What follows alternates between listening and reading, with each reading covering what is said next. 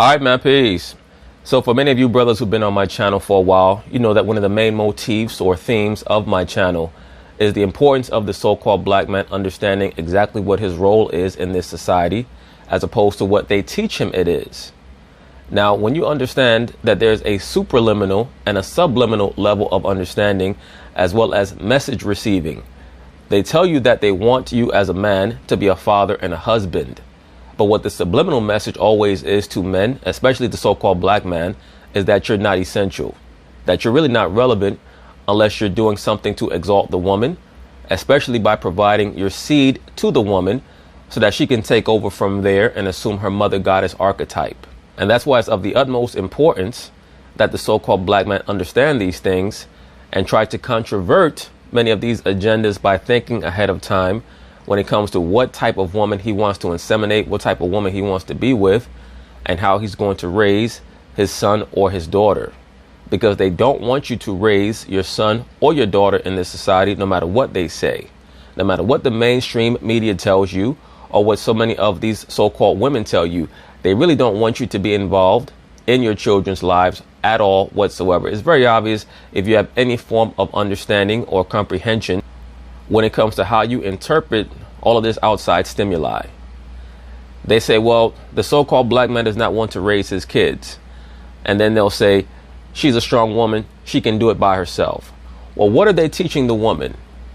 Is what they're teaching the woman compatible with what they're teaching the man, at least overtly? Because once again, there's a supraliminal level of understanding and there's a subliminal level of understanding. You could tell me that you want me as a man to be a good husband and a father. But if all of your agendas are always to try to dethrone the man, disenfranchise the man, then what you're showing me with your actions is different from what you're telling me. Why am I saying all this? Because this video right here is going to be another entry into the series that I've been doing called Why Daughters Need Their Fathers. Not only does the little black boy need his father, but also the little black girl needs her father as well. And many brothers will say, well, you know what, bro, you already know these women don't want you to be around your children. Brothers, that's why I make the videos that I make pertaining to understanding where you're putting your seed, man. It's very important. And it's not necessarily anybody's fault, because both the so-called black man and so-called black woman are being taught the wrong things. But we have to concentrate on the men because the man is supposed to be the head. And so many of these so-called black groups, they give you all this lip service about black power and black unity. First off, there's no such race as black, number one. Number two, there's a saying, that being that you cannot have two bulls in a pen. What does that mean? That means that if you're teaching both the man and the woman the same thing, they're going to have confused spirits, because they're supposed to have different roles. But if you're teaching them the same thing, they're going to try to compete for the same role. You understand that? And so many of these so-called quote unquote black groups or black power groups, they don't grasp that. Why is that? Because they've been infiltrated by Luciferian ideologies and Luciferian pawns who are intermingling themselves into these groups, trying to get them to disseminate Luciferian ideologies and teachings to so-called black people in the guise of empowerment. And one of the main forms of quote unquote empowerment that is really just Luciferian agendas is the so-called black woman is God, or she can do it by herself, or she's a strong black woman. Really, all they're raising is someone who's always going to be infatuated with combat and confrontation with the so-called black man, even from when he's a boy. And it's very important that we teach these boys to understand what's going on around them so that they don't make the same mistakes that previous generations of so-called black men have made that have ruined their lives. A lot of these brothers are walking around out here with ruined lives because they were never taught anything about life. So that brings us to this case right here. This brother here, Brian Dixon, he's lived a very eventful life. He's made a lot of bad decisions in his life, and he happened to stumble upon a long lost daughter. So he's trying to reclaim whatever form of relationship he can with her. So they're going to talk about it. I'm going to chime in. Plaintiff Brian Dixon had a troubled childhood because after he saw his mother shoot his father, he turned to the streets and started using and selling drugs. Brian says when the defendant was 18 years old, she claimed she was Brian's daughter, so he petitioned the court for a paternity test. defendant, Bree Kephart, was raised by her aunt and uncle. And you could look at her and tell that her mom was a so-called white woman. Her first name is Bree and her last name is Kephart. And over the years, family members told her that her father was a drug-dealing gangbanger. Bree says when she finally met Brian, they clicked instantly. And of course, because that's his seed. She's of his loins. So they click instantly. And certain brothers out there might say, well, that don't mean anything because I have kids and they don't like me. Brothers, and I can't, look, man, I can't stress this enough. In these households, you have to examine the woman that you're dealing with. You have to examine her mother. If her mother has no respect for men, she's not going to have any respect for you down the line. I don't give a shit how nice she tries to act to you early on. I don't care about any of that.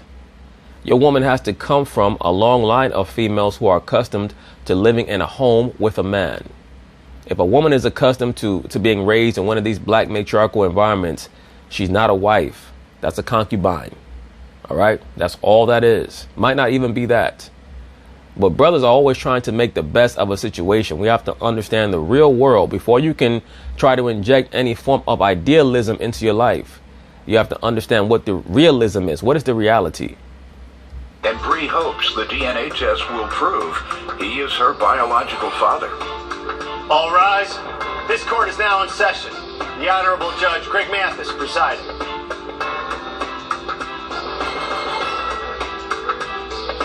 You may now be seated. Sir, you are petitioning the court today for a DNA test. Yes, Your Honor. Give me some background on your relationship or on your experience relative to your daughter or her mom or whatever you'd like for me to know. I didn't think I was going to have any children.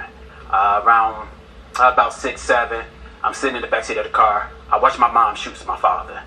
Yeah, so... Did he survive? Yes, he survived for over 30 years. They stayed together. Good. Yeah. In other words, that was a very toxic relationship.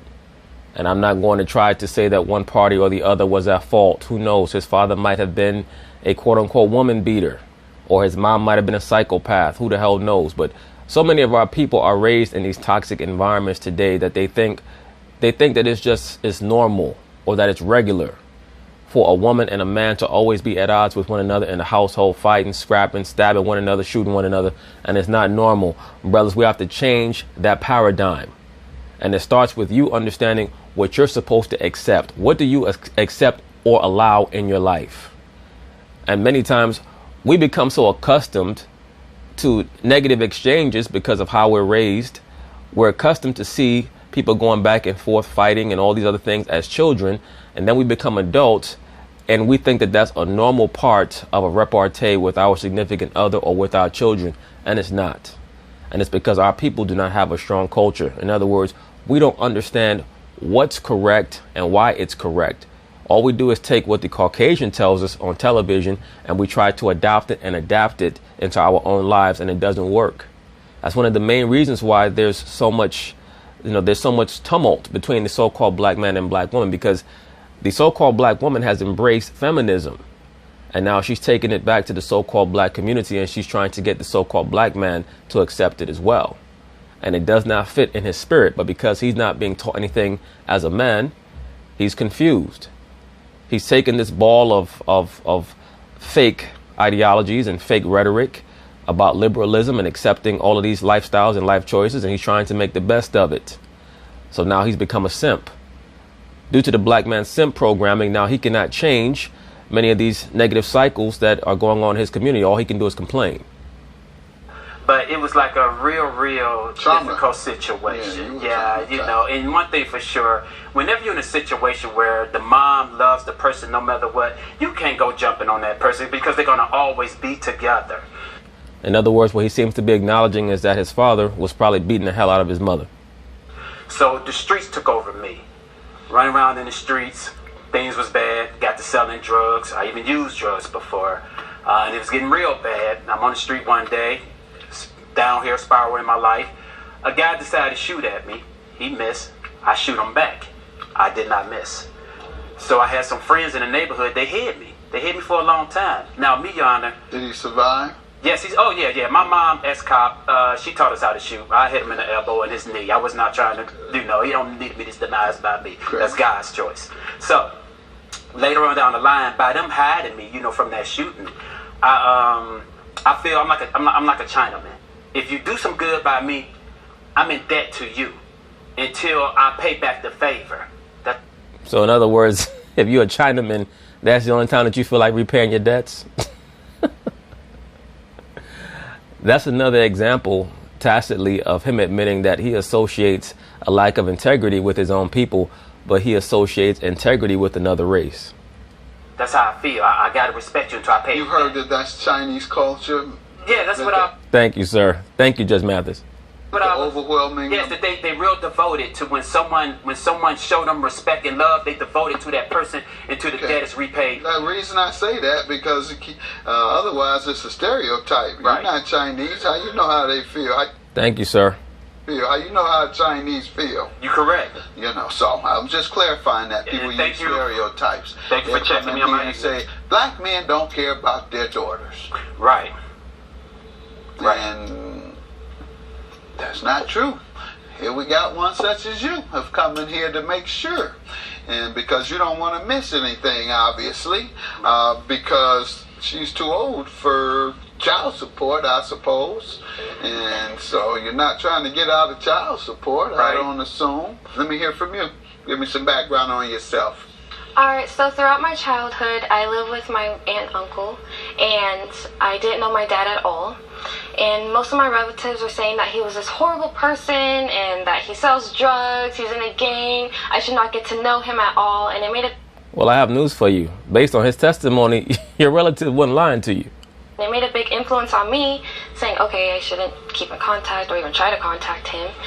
But when I turned 18, my curiousness, I went to Ohio to finally meet him, and he was completely not what I expected. He was goofy. We just clicked, and even our physical appearances, look at our foreheads, okay? Our eyes, we looked alike. So I was just confused, why are they telling me he's just horrible? He's so cool. I want to hang out with him all the time. Because they probably know a different him than the him that you know. And, brother, not to stop her from speaking for too long, but this is something that I've touched on this channel in the past. You'll see this many times, especially when it comes to the simp programming that the liberal black woman likes to push on the so-called black man through the internet. When they get upset when certain brothers speak about the issues between the so-called black man and black woman, the first thing that they'll do is try to bring up a female family member, and whether or not what you're saying also applies to that female family member, not grasping that there's a difference in the dynamic between a man and his mother, or a man and his sister, and a man and the woman that he's with as his significant other. Those are totally separate vocations. You understand that? Your mother has a bond with you that's totally different and disparate from the bond that your wife has. Your mother's always going to be your mother, whether you have an argument with her or not. Now, with your significant other, or your girl, or your girlfriend, or your wife, or whatever you want to call her, in this society, that can change in a flash. In the twinkling of an eye, it can change. Where your so-called wife or girl or significant other decides that she does not like you anymore. If you have a good mother, that's never going to happen. Where the mother's going to say that just because you and her might have a disagreement. So that's part of the folly of the simp program. That's why it's very important for us to be cognizant of simp programming. It is based on the resonance of the mother goddess, aka Isis or Aset, and her child. All these women want to be venerated as the mother goddess. That's why they're always trying to compare themselves to your mother, because they want you to look at them like how you look at your mother. But isn't it so interesting and hilarious that so many of these females will say the black man does not want a wife, he wants a mother. No, it's actually you that want to be the black man's mother. You just don't want the responsibility of being the black man's mother. So you have to figure out exactly what it is. But it's not the woman's job to figure anything out. It's our job. And once we create the framework of accountability for the woman, where she knows that she can't run to the next man and hear something different, that's when things are going to change. Brothers have to get their story straight. I've touched on this already. Women believe that if they're with one man and they don't like what that man is saying, they can jump to another man and he's going to say something totally different and he's going to be more liberal. because that's what they want. If they knew that every man was going to have the same script, the same understanding on culture and repercussions and things of that nature, then they would understand that, you know what, let me just make this work. That's how you make marriages work. Marriages don't work because two people are, quote unquote, madly in love with one another. They work because both parties know that if they don't do their best to fulfill their role, they're going to be demonized by the rest of their community. And that's always been the case. And also, I heard rumors around that time I was born, my mom was seeing other men. And some... In other words, your mom was a Tatiana. It's not surprising. Most females who are attracted to a person like your father, the plaintiff, they're that living dangerously type of person. And females who are attracted to that type of man normally are whores. Relatives were saying that I favor one of those men. When were you first told that? Just when, around the time I met my other side of the family, like my grandparents and my dad, just around that time. And how old were you again? 18. Okay, so the time you heard that, you pursued finding out. Yeah, so that's when I was curious. I'm like, okay, I want to know if he's really my dad or not, because he's this awesome guy. I've never really had a father figure in my life, and within just these 2 weeks living with my dad, like I even call him dad. Good. I look at him as my dad, and I'm just so happy. Like every time I see him, it just puts a smile on my face, and I feel it's just excellent. Excellent. The brother honestly is very blessed because so many of these children have so much vitriol for their fathers in this society. They're trained and they're prepped to hate their fathers. Many young children are trained to disrespect and despise any form of male energy or male authority. So this brother here is truly blessed that he has a daughter or a potential daughter who's so willing to open up her heart to him. So you tell me, she has said she wants to find out, but what happened those 18 years? Why weren't you in her life connected? And you might owe some child support now that I think about it. Right. You don't owe her, you owe her mother. But go ahead. Right. When she was conceived, it wasn't positive that she was mine. Did you sign on to the birth? Well, I was on the run from the federal government. So when we had her in Beverly Hills, and when they came to me, they said, "Well, you need to sign this birth certificate." I said, "Oh wow, if I sign this, Brian M. Dixon," I said, "if they're gonna come and get me, because they've been looking for me for like 3 years. I was hiding from them." So I signed my alias that I was using in California, but inside where the middle name is at, I put BMD. So for Brian Mackenzie Dixon, but that does not pan out because we went to the BMV a couple of weeks ago and we tried to get her license transferred over because she's under 25. So she has to have a parent sign for her until she can show proof of residence. So she did not have that. So I showed them my wanted. That was recently. I'm asking you about the first 18 years. The first when the feds got me, I was locked up. You did 18? How many did No, you do? I did 10 years. Okay. I did 7 years straight. A dope case? No, I robbed a bank. Can I explain? Well, as long as they were predatory lending, you were just going to get your money back. in a sense. Go ahead. I'll let you explain. Okay, Yana, things were so bad when I came home when I did them 3 years. I did 3 years for some guys because I wouldn't tell on them. For what? They caught a dope case. Go ahead. I was there when they caught it. They was looking at major time. They were the ones who hid me when I shot the guy, and I felt like I owed them just because of the person that I am. Let me say this, brothers. As we're hearing from this cat's testimony, the plaintiff I'm talking about, we can see how his life started to spiral downward ever since his tumultuous childhood. That's why, once again, it always comes back to the source. The source is always going to be the so-called black man. It's not going to be the woman. The reason why this society tries to push everything towards the woman is because they know that the woman is a pawn by nature. She's a follower by nature. Whoever's in power, she's going to follow. If it's the Caucasian man, she's going to follow him. She's also going to follow many of his precepts. If it's the so-called black man, she's going to follow him. Cats say the black woman does not want to respect us. The reason why women in general are not going to respect a particular man is because he's powerless.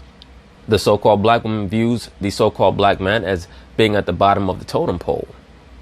They're very carnal. So cats have to grasp that. The woman in general is a two-dimensional thinker.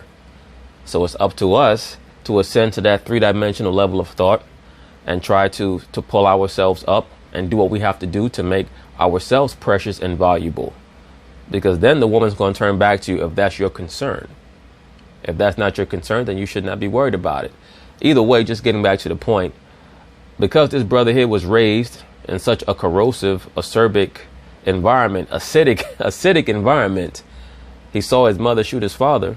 You see, that traumatized him. He ended up embracing a life of crime because he was getting no stability at home.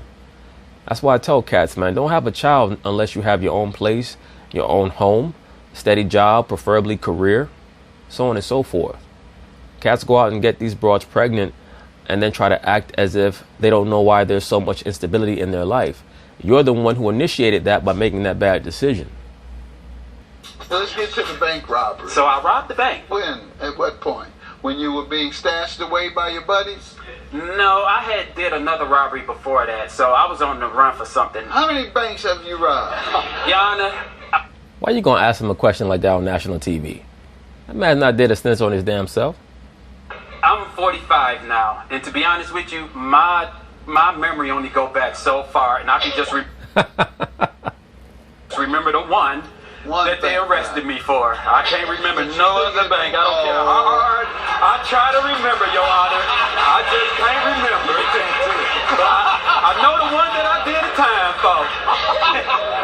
But one thing I do want to point out, Your Honor, when I robbed that bank, you know, I believe in God. I know it may sound crazy, but I believe in God. No, please. Most of the folks believe in God doing wrong. When I went in there, I asked the Lord. I said, Lord, I just want to go in there and get the money that I need. That's it. Now, when I went in that bank, it was more than what I needed.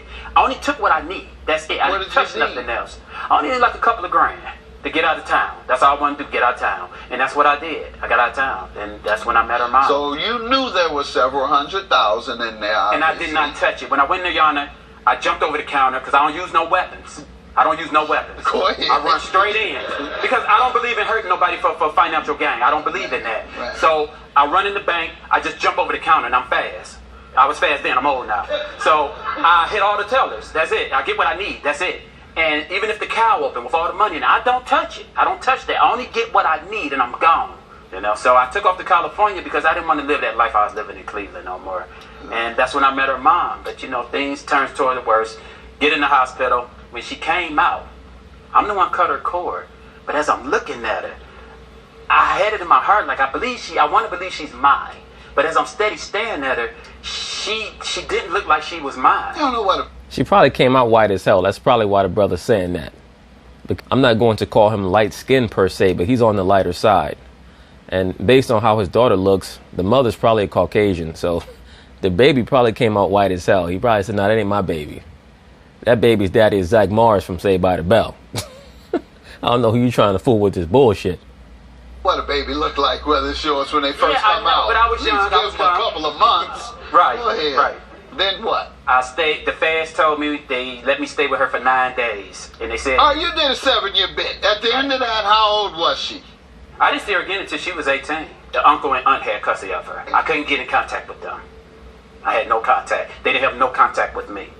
I just seen her 2015. That's my very first time seeing her since I cut her cord. Yeah, so we are total strangers. But she been in my house for 2 weeks, and even it's been good. And when I look at her, I got custody of one of my other daughters, and just watching them two, the way they play together and everything, it just seems natural. I mean, it's been a long time, and I've been waiting for this. The results. Now, do you mind? No, go ahead. If he's your dad, now that you know your dad is a crook. Yeah, except Ex-crook. Ex-crook? I know You still that- all right with it? definitely changed. I mean, I was a crook too, and my children weren't embarrassed because I changed my life, and it sounds like he's changed his life. So don't deny. While we're here, you shouldn't have been a crook, then she wouldn't be denying you. Right. I don't know if that's my daddy. I'm gonna go get a test. So all I heard he did. Your name, right? So no matter what these test results say, what are you to me? Your daughter.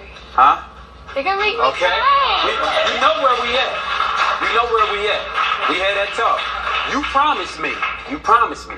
Even if it come out that you is not my daughter, you gonna stay with me and Kim. until you turn 21 years old, because you're still a child. She gonna stay with you as your blood. Yeah. There you go.